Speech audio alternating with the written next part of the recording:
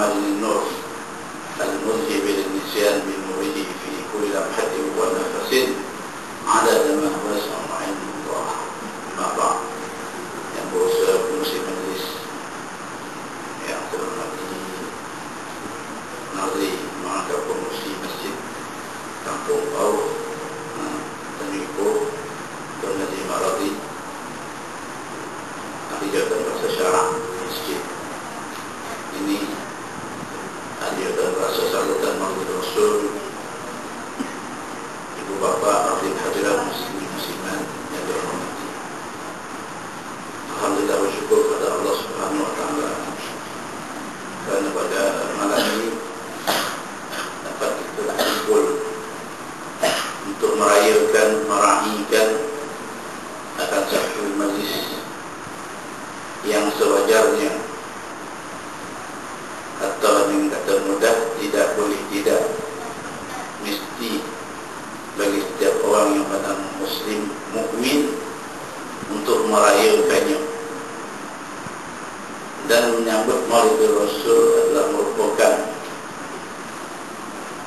satu cara untuk kita menzahirkan tanda kesyukuran kita kepada Allah Ta'ala atas satu nikmat yang paling besar yang tidak Allah Ta'ala beri kepada kita kecuali lah kelahiran Rasulullah Sallallahu Alaihi Wasallam. Kenapakah kelahiran Rasulullah ini merupakan satu nikmat yang besar?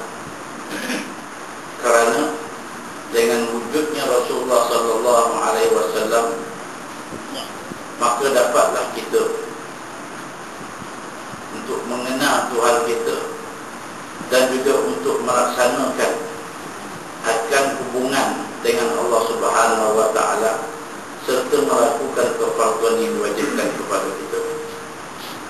Dan itulah dengar para ulama telah bersyair dalam syairnya, laulaka ya Rasulullah ma sallaina wala sunna wala zakaina. Jikalau tanpa engkau ya Rasulullah, kami tidak akan bersalat, bersembahyang, kami tidak akan berzakat, kami tidak akan berpuasa. Siapa yang mengajar kita berhubung dengan Allah Subhanahu wa taala, yang mengajar kita salat sembahyang, yang bermula di takbiratul ihram dan disudahi dengan salam? Kita diajar oleh ayah kita atau guru kita di sekolah. Siapa yang mengajar ayah kita sembahyang? Datuk kita yang mengajar, atau guru kepada guru kita yang mengajar di sekolah? Siapa yang mengajar datuk kita sembahyang? Ayah dia, mayang kita. Siapa yang mengajar guru kita kepada guru kita? Guru dia di sekolah, yang akhirnya berkesudahan sahabat diajar oleh Rasulullah Sallallahu Alaihi Wasallam salat, sembahyang dan sebagainya, maka pangkalnya akan kembali kepada Rasulullah Sallallahu Alaihi Wasallam. Apabila pangkalnya tidak ada, maka penghujungnya tidak ada. Karena itu jasa yang besar Rasulullah Sallallahu Alaihi Wasallam terhadap kita ini tak boleh kita nak hargai lagi, tambahan lagi dengan pengalaman kehidupan di dunia ini. Dia ajar kita satu persatu bagaimana cara hidup menjadi manusia yang sebenar. Yang sebelum itu, ketika zaman sebelum Rasulullah, zaman sebelum jahiliyah, yaitu zaman kerajaan-kerajaan yang bukan Islam seperti Rom, Parsi, yang ketika itu kehidupan mereka bukan manusia. Siapa yang kuat akan berkuasa, hak orang hak mereka. Jadi kehidupan ketika itu ada setengah kebinatang yang tak ada keinsanan. Lalu muncul zaman sebelum Rasulullah, itu zaman jahiliyah. Bagi itu juga kehidupan bukan kehidupan manusia. Anak perempuan ditanam hidup-hidup, harta orang harta kita, isteri orang isteri kita, anak orang anak kita. Segala benda kezaliman, penganiayaan berlaku. Tak ada keinsanan, tak ada rahmat. Sukarti nak bunuh siapa bunuh,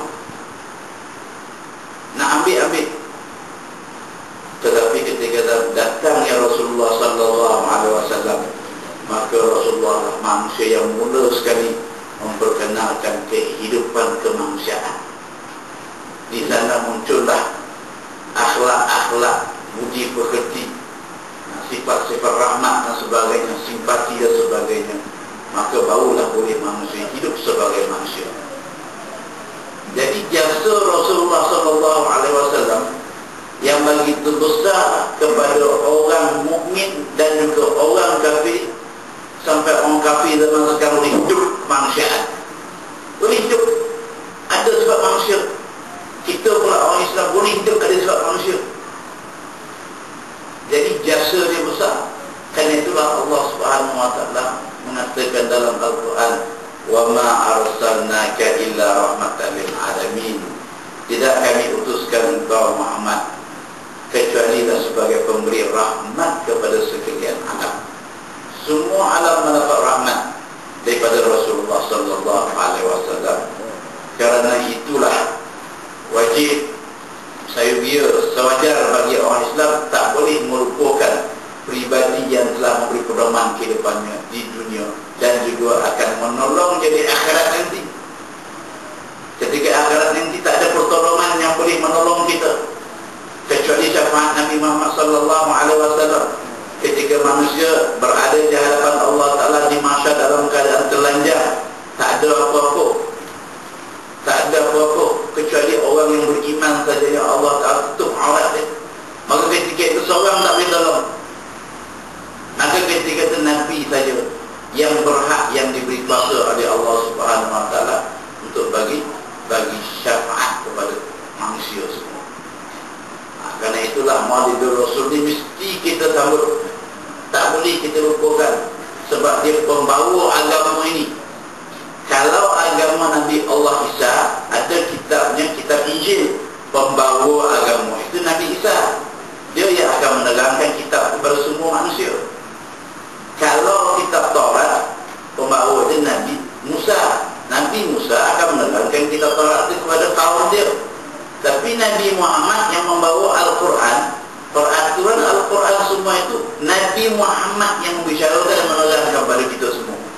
Karena itu tak boleh kita berpisah dengan Nabi kita. Diri kita ni tak boleh kita pisahkan dengan Nabi. Kalau kita pisahkan dengan Nabi diri kita ini dalam kehidupan harian kita, maka ketika itu kita tak boleh lagi melaksanakan agama kita. Kita nak ikut siapa? Semuanya ada keterangan di depan Nabi kita dan kehidupan Nabi kita. Itulah Islam yang telah dijelmakan dalam kehidupan manusia. Kerana itu tak boleh kita berpisah dengan Nabi kita. Kerana itu seorang ulama yang bernama Abul Abbas Nursi, iaitu guru kepada Ibn Atta'illah Skandari, pengarang kitab Hikam Tasawuf itu, dan anak murid kepada Abu Tan Syazuli, dia telah mengatakan dalam satu ucapan dia kata, "Lau ghaba anni Rasulullah sallallahu alaihi wasallam ma'adatu minal muslimin." Jikalau hilanglah daripada ingatan aku akan diri Rasulullah sallallahu alaihi wasallam, nescaya aku tak kira lagi aku ni di kalangan orang Islam. Maksudnya orang kafir. Kalau hilanglah satu ingatan, lahbah dia kata, "Lau ghaba anni tarfata 'ainin." Kalau hilanglah Rasulullah daripada ingatan aku satu detik, nescaya aku hitung dia aku ni bukan di kalangan orang Islam lagi. Mana orang kafir? Satu detik hilang ingatan terhadap diri Rasulullah. Sedangkan jadi wali Allah Subhanahu wa taala, ulama besar di Mesir, dia berbicara macam tu. Kalau hilang ingatan dia terhadap diri Rasulullah. Jadi kita macam mana bandingan dengan kita? Hanya Rabiul Awal saja kita ingat Rasulullah. Bukan satu detik. Rabiul